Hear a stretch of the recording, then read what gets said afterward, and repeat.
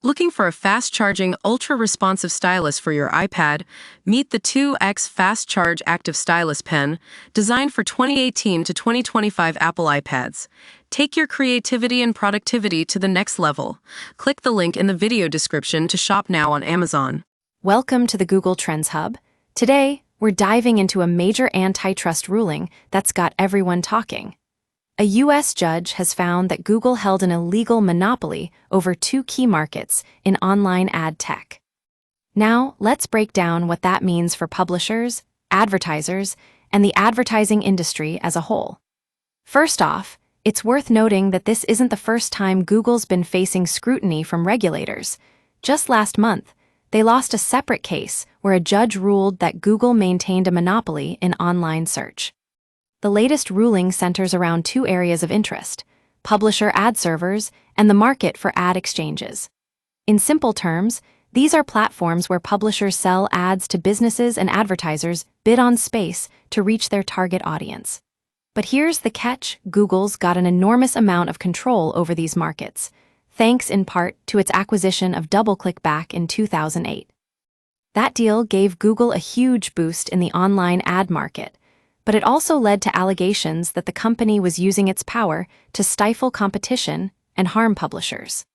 According to the U.S. Justice Department, this has resulted in website creators earning less money and advertisers paying more, and all because Google's got such a massive grip on advertising technology. But how big is Google's hold on ad tech, exactly?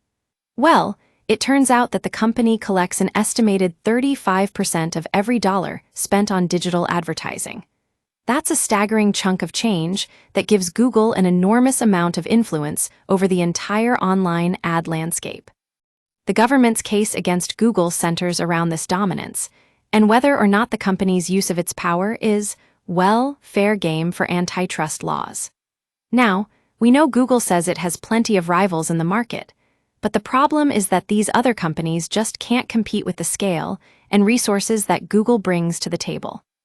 According to Neil Mohan, CEO of YouTube, a key Google subsidiary, the company actually expanded its ad tech offerings in response to customer demand. But the question remains, did this expansion come at the expense of smaller competitors? And that's where things get really interesting. The court has ruled on 2 out of 3 fronts, but there's still plenty of wiggle room for Google to appeal and challenge these findings.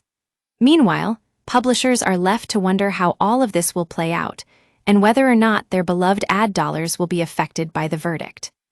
One thing's for sure, the online advertising business just got a whole lot more complicated.